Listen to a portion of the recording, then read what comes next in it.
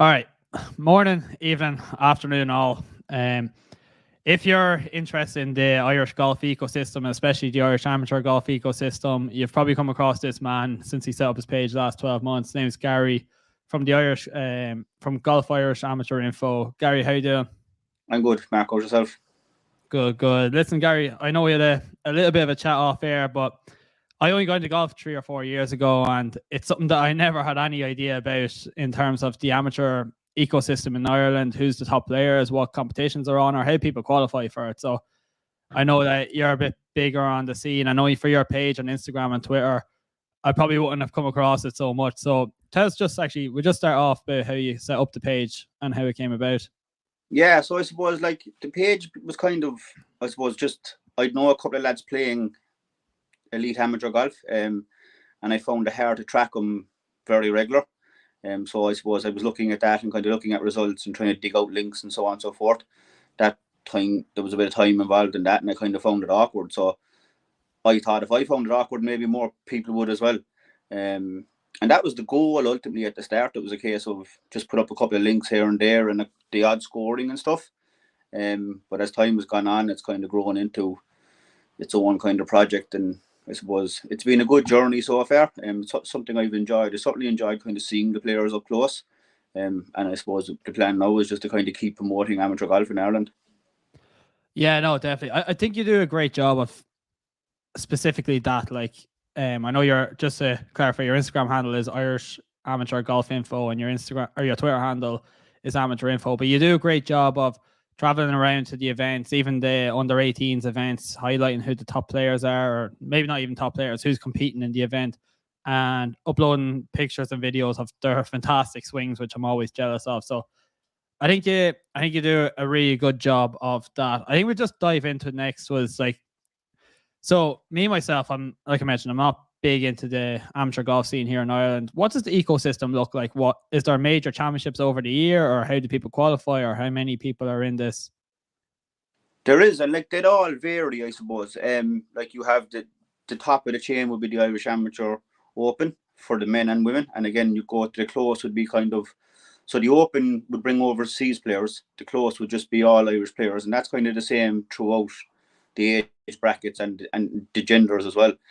So they're kind of the top of the tree, and then you break it down a little bit from there. So for the men, you'd have the north, east, south, and west would kind of come next in line, and then you'd have the Munster stroke play and Ulster, and then for the women, you'd have kind of the Ulster stroke play, the Leinster, kind of provincial championships, I suppose, and again the same down with the younger grade. So to get to the top level, you're kind of starting, I suppose, depending on who you are, but like you want to be really looking at progressing through the stroke play events, the Opens there, and then getting into the provincials. But like most of them would have qualifying as well. So like if you didn't make the grade, so the West of Ireland like would have, for the next tier down, they would have qualifying. So like if your handicap wasn't low enough, basically there'd be another bracket and X amount of people would get into the championship that way as well. So there's a good lot of chances there, but again, you'd want to be playing off +2-ish, like. Yeah. In the men's game, like, you know. Yeah, something that I'll never touch on. Me either.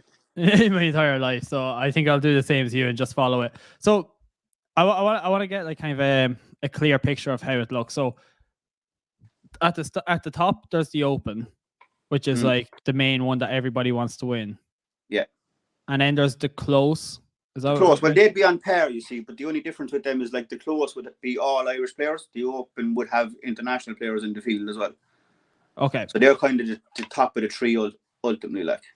Okay, I gotcha. And listen, I don't mind if I ask a few silly questions. So then the obviously the south of Ireland was on this weekend. Is that a close? No, so that's Open. That's Open. Okay, that's cool. Open, yeah. So the only close would be the Irish Amateur Close, which would be the main trophy for like the top Irish players, basically. Gotcha. Okay, cool. And has that been played yet this year? No, that's on in 3 weeks' time. Okay, where's that on? That will be on in Headford. Okay, so somebody messaged me about this because Headford is actually my home golf club. Okay. Will you be attending? I'll be at that, yeah. Potentially for 2 days, but a day at the moment. All right, perfect. All All right, super. So that's actually pretty interesting. And in terms of qualifying for these opens and the closes, so like basically the criteria ultimately is, so it works off a couple of different things. So if you're in the top 4,000 in WAGR, okay, that's kind of the first selection process. If you're not, if you played on one of the provincial teams last year, so if you played interpros basically, so if you played for your province and you're within one shot of the cut mark, you automatically get a place as well. And then it goes in handicap order from there. So like the lowest handicap in after all them spots are finished, it's handicap order from there then basically. Okay, gotcha. And then how many people usually make up each of the fields? Are they all different or? They all vary, yeah. So kind of generally you're talking 90 as an average, well, kind of standard field, and then it progresses up. Like the North last week had 150 in it, the Hinch had 144, so they tried to get as many out as possible. The Close is somewhere in that region as well. The smallest field ultimately is Cork, so the Munster Stroke Play, and the Ulster Stroke Play for the men in particular. The women's would vary. The women's fields would be a bit smaller. Okay, gotcha. So, that's pretty. And then are they all? So I know that the South of Ireland was a match play, like a stroke play, make a cut, and then top 64, I believe, go into a match play situation. Is that the same for most of them, or? It used to be for a lot of them, but they're slowly going away from match play, I would say. So the North up to this year was always match play. So the North was kind of the one that people wet their feet at, if you want to call it that, because the field used to be 300, like. So it was played over the two courses. That has now been changed to 150 this year and full stroke play. So the match play section of that is gone. The West used to have 64 for stroke play. That was now reduced to 64 for match play. That's now been reduced to 54 hole stroke play event, and the top 16 qualify for match play. So that's a bit of a grind to even make match play, to be fair, and tough golf course and usually in tough conditions as well. Yeah. Okay. Geez, that's it's pretty competitive. Are they usually over 3 days, or is there some of them 4 days or more? So the South, if you won the South, so it's like even to get to the final day, that's 5 days of golf ultimately. So you had stroke play day 1, stroke day 2, and then you had 36 match play, 36 match play, 36 match play to win it ultimately. Like, so a lot of golf, like. Jeez. Wow. And then I know Hugh Foley won it this weekend thanks to your page, and he had only won in Port Rush 12 days earlier, if that's correct as well. So that's 12 days earlier, correct, yeah. A hell of a lot of golf for him to play over the space of 2 weeks, just under 2 weeks. Yeah, and he's off to the K Club this week now to play in the Challenge Tour event, so fairly long stretch. And then the home international teams were named today, which obviously he's on as well, which is next week. So this is the business end of it, basically. I want to go touch back to a little bit about what you said earlier in terms of courses.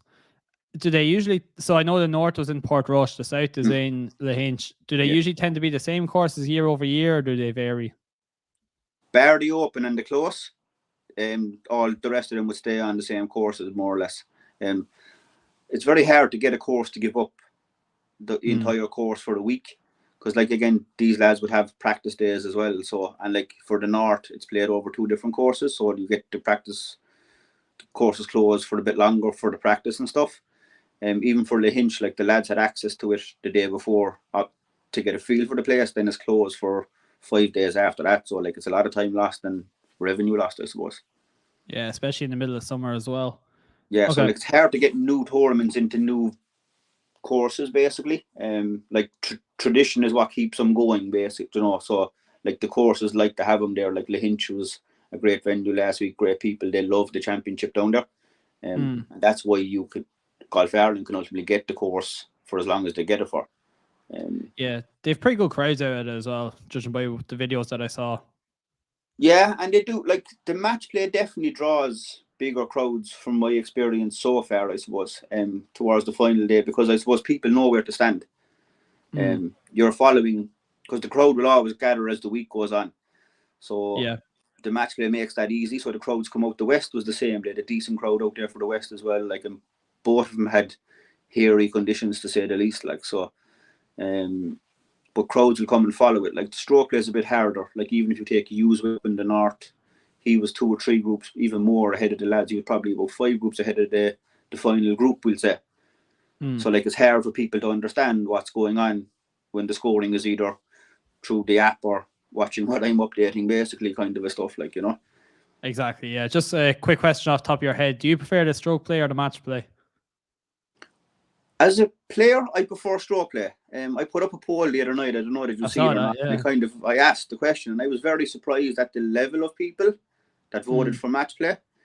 And I suppose when I ask a lot of the players, stroke play is the fairest to find the winner. But then when you ask people in a general context, they would say match play is there because it's more relaxed, I suppose, for the general public as well. Like you lose a ball, you lose a hole, you don't lose the day kind of stuff, like, you know. I think people, like you mentioned there, the creme de la creme, the top players actually prefer stroke play because over 3 or 4 days it allows the best players right to the top. But as a spectator, I'd much rather watch a match play event. I think it's if somebody has it doesn't matter if it's a bogey or a quadruple bogey on a hole, it's only 1 hole lost at the end of the day, and there's still like excitement towards the end of it. So I'd say that's where a lot of amateur golfers were coming from in terms of the poll.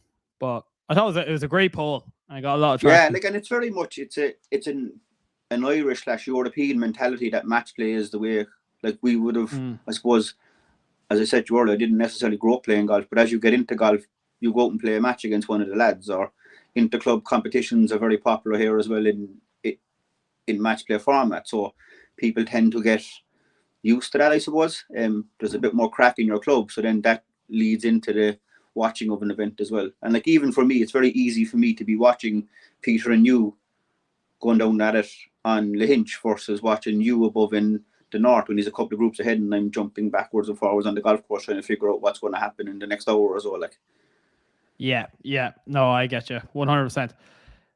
So I just suppose jumping back to, we won't go too back far in history, but maybe like the last year or two with COVID, how has it looked? Did COVID have a big impact on it, or did the championship still go ahead? There was a couple of them postponed, we'll say the initial year of COVID. And then once they got going, I suppose you didn't get the international fields that they would have been used to.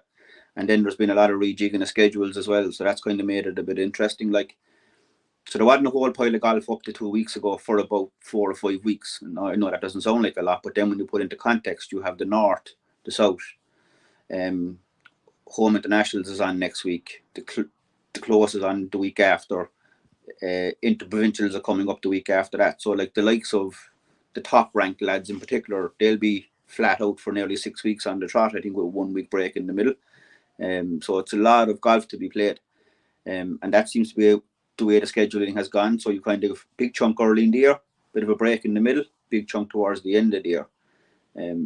But like, unfortunately for a lot of the guys, or fortunately, whichever way they look at it, the middle chunk is filled with them going to St. Andrew's Trophy or St. Andrew's Links or Brabazon or whatever else is on. So it's congested enough. And I suppose for Irish golf in particular, it's hard to juggle getting the tournaments on the right time so they don't clash with the ones in the UK. Because you want not to clash there, so you get the field from the UK coming over here as well. That's kind of the juggling box for them, really. Okay, and that goes through all the golf. Yeah, I'd never really thought about it from that. So let's say you're one of the top form amateurs in Ireland. Are you like pretty much playing golf straight through the year from February, March, straight through to September? A lot of them would be. So like a lot of the high performance team, ultimately, they would be playing a lot of golf pretty much full time for a portion of the year. Like some of them would take time off work to play golf, like extended breaks from work or unpaid leave or things like this, or they would, depending on what their financial circumstances are, ultimately, like, because you have to juggle the schedule. Like, again, for Wagger stuff, you have to be playing in Europe a bit. You have to go play the Europeans. You have to play the Irish team stuff. So you're constantly kind of going or prepping for the next one, ultimately.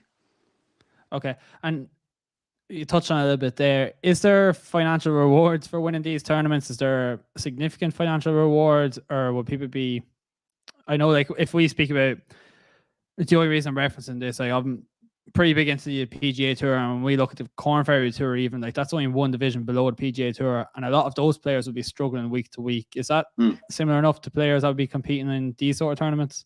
So amateur status, basically, like these guys would win the same money for winning a decent sized scratch cup as they will for winning the North. So like it's literally you're playing for the prestige of the tournament, you're playing for the accolade of winning, I suppose. I could be wrong in this, but I think it's about €700 is the max prize an amateur can win, regardless of stature of event. So that just goes through for this as well. Now, I suppose a lot of the younger lads and the guys in around there would be looking at turning pro at some point, I'm guessing, or that would be some part of the plan. Not all of them do, but if you're going down that route, you need to be at a high level in your country before that becomes a reality, really. So I suppose it's that test as well, like, you know. Yeah, I get you. Just reviewing on 2022, and I suppose previewing the next month or two. What have been, I suppose, like the top 3 or 4 tournaments that have happened so far? Like I mentioned, I'm not aware of this at all. I've only recently, in the last kind of 2 or 3 weeks, become a bit more interested. In terms of what did I find as the best tournaments, or what are the best tournaments? Is it? Well, we start off with what are the best tournaments that have happened so far? So the biggest one that's happened so far is the Irish Amateur Open for the men, and same for the women, to be fair. So you had Colm Campbell win the Irish Amateur Open for the men, and a Scottish girl won the Irish Amateur Open above in Baltray in the women's one. A young girl, actually, Katie Poots, was second to her. She's about 16 years of age, a really good golfer as well. So they're the 2 biggest ones kind of ticked off the calendar in terms of, well, they are the 2 big ones, if you want to put it that way. The lads aren't long back from the European teams, that's the 6-man team. So that's kind of the one that a lot of the high performance team will aim for. That's only recently done, and so is the girls. So like the next big thing ultimately is home internationals next week. So that's your top 9 male golfers and your top 7 female golfers are up in Ballyliffin next week. So that's homes ultimately is Ireland, England, Scotland and Wales competing in a match play format. So that's the big one that's coming up. We'll say that's on the 3rd to the 5th next week. Oh, it's a match play format? Yeah. So how does that work? Is it like so 9 men?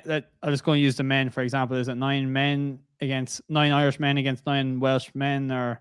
Yeah, so in the morning, so like it's morning and afternoon. So you'll have a number of foursomes in the morning, and then the rest of the team will go out and play singles that afternoon ultimately, and it's points based. So whoever gets the most points wins that game ultimately, and then you need to get the 3 games under your belt ultimately to win it. Well, 2 will do you depending if the team that beat you also lose. Okay, and that's in Ballyliffin. Is it on the 2 courses in Ballyliffin, or is it on specifically one?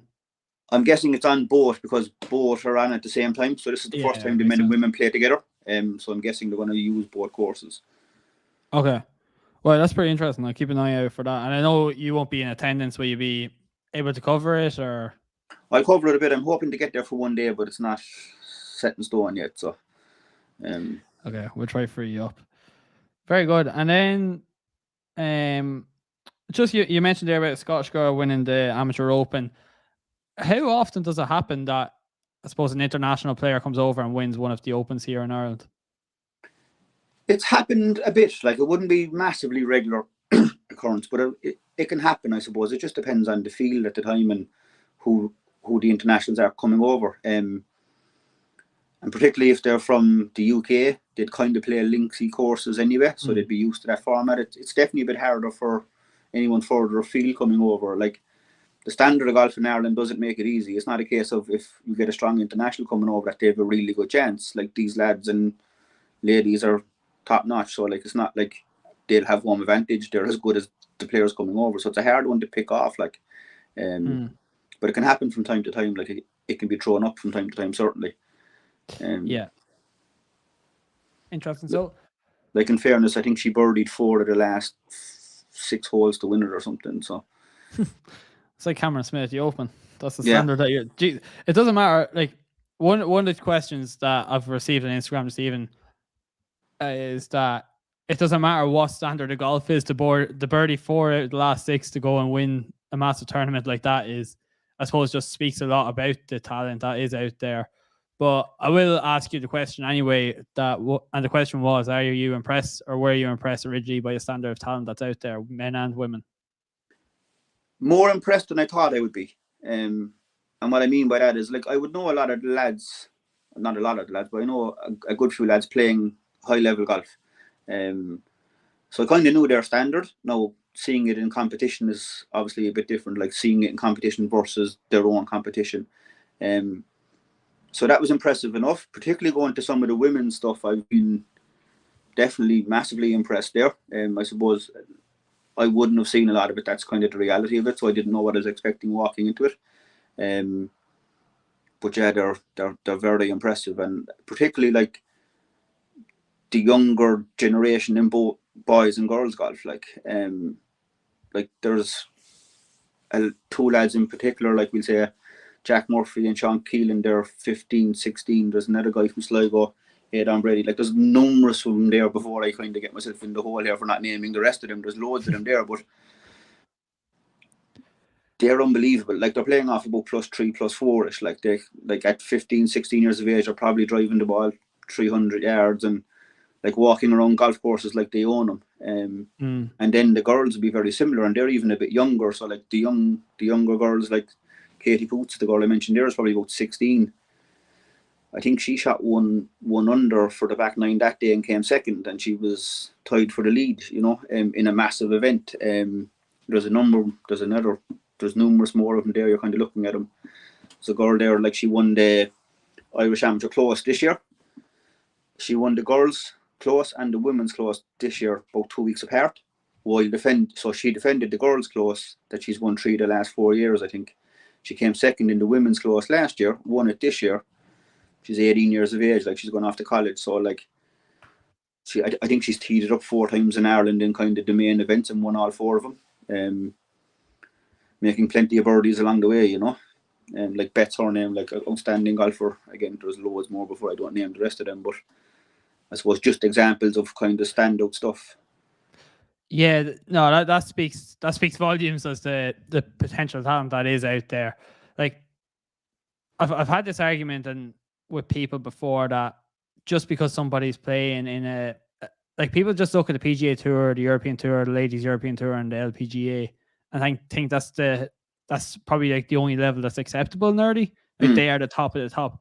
But these people that are competing just below them, whether it's in like these amateur championships or the Corn Ferry Tour or anything like this, just maybe are just as good, just haven't caught their break yet, because sometimes all you need is just a break to go and actually break the ice and get through and get to that top level and then show off your potential.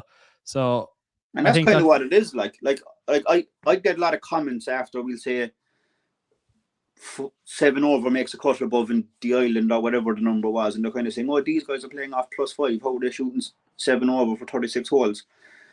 It was blowing a 45 mile an hour wind on one of the toughest links courses in Ireland. Like, pros wouldn't have got around it any better. Then you take Lahinch Thursday. So Josh Hill, a young fella, he's only 18 years of age, shot 10 under below in Lahinch in qualifying. TJ Ford shot 8 under when the wind wasn't blowing as severe as you normally get in Ireland. So they have the potential to do these things. It's just the conditions don't suit it. It's like the British Open, I suppose. Like, there's years that's been won with not the lowest of scores because conditions didn't allow them. And that's what they play a lot of in Ireland, I suppose. And I suppose that's where, for the Irish people going pro, eventually, that's probably where the transition is hardest. Playing from grinding out a score to shooting a score is probably what they'd have to get more experience at, I suppose, more exposure. And again, Headford is a good one for the close this year. It's like to see them on parkland courses where they can probably shoot scores a little bit easier than some of the links is definitely something I think that should be looked at a little bit. Teach the young lads how to score, basically. Like, that's a really good point. Who's I think, was it Jack Nicklaus's grandson or something? Like, this is just a random example touching on what you mentioned there, but Jack Nicklaus's grandson, Jack Nicklaus made him play off the red tees until he broke par off the red tees, like the ladies tees as they're known, and it taught him to go and shoot really good scores. Or I think it was Rory McIlroy used to, I could be wrong on this, but he used to go out and start. His dad would give him like 10 under par starting, and or maybe it was like he gave a birdie for every par that he made. So like when he was going out, he'd shoot 10 or 12 under par, but it'd actually be like even par. Yeah.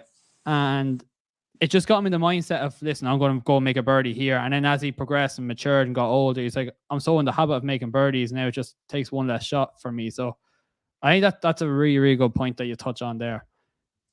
Like, there's definitely that kind of thing here where like people see scores and like, oh, these guys or girls are kind of average, but like it's the conditions. Like Lahinch in 2 days was a completely different place. Like wind versus not, pins versus not. Like the island was the same. There was a day above in the island. I'm pretty sure it was blowing 40 odd. Like it's not scoreable. Like, you know.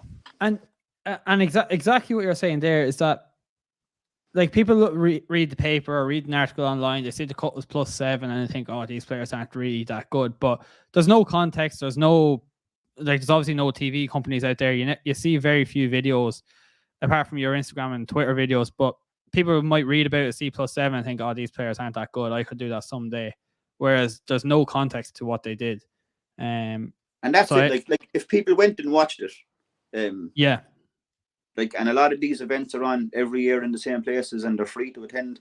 Like, I'd certainly suggest for anyone that thinks that these guys struggle to go and watch them play, and come back and kind of, what would you do in the conditions, like, you know? Yeah, no, I get you. I suppose then, just to get towards the end, and there's probably one or two questions I've received and one or two questions I want to ask myself. One of them is from Harry Flanagan, who asks, are you surprised, what impresses you about the guys that do well?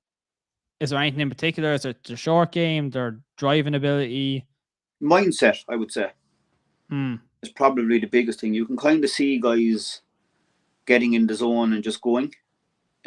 See guys starting to hold putts at the right time, and they kind of know they're in the zone and they just keep pressing.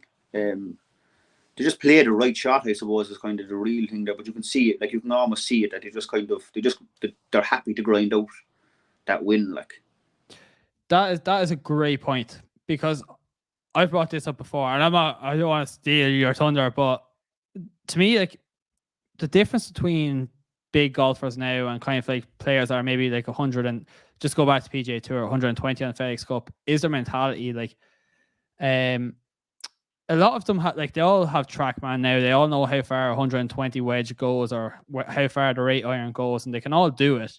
But to me, it's like having the ability to know what shots to take at the right time, being able to press. And the reference that we always go back to is how good Tiger was at this. Like, he knew when to press. He always used to try and get the 54-hole lead and then just maintain it on a Sunday. Whereas, like, we saw it last weekend, Scott Piercy enters the final round, and just bring it back to my own context, but he has a 4-shot lead. And he's not there as much as other players are. And it just comes down to mentality. He's well able to hit all those shots that are out there, but just the mentality of him to be able to persevere through the bad shots and overtake these guys. And even when he gets one shot behind, how do I get back at this? And he's just not used to that. And that's just a big difference between a lot of the top players and a lot of the lower players. Yeah, that's the same all the way through the ranks, I would say. Like, you can see people that get comfortable going low ultimately. And that carries over to the same people that are winning. They enjoy it. They enjoy the challenge, I suppose. Exactly. Another question here from Ian Murph 87 is, what has been your highlight this year and why?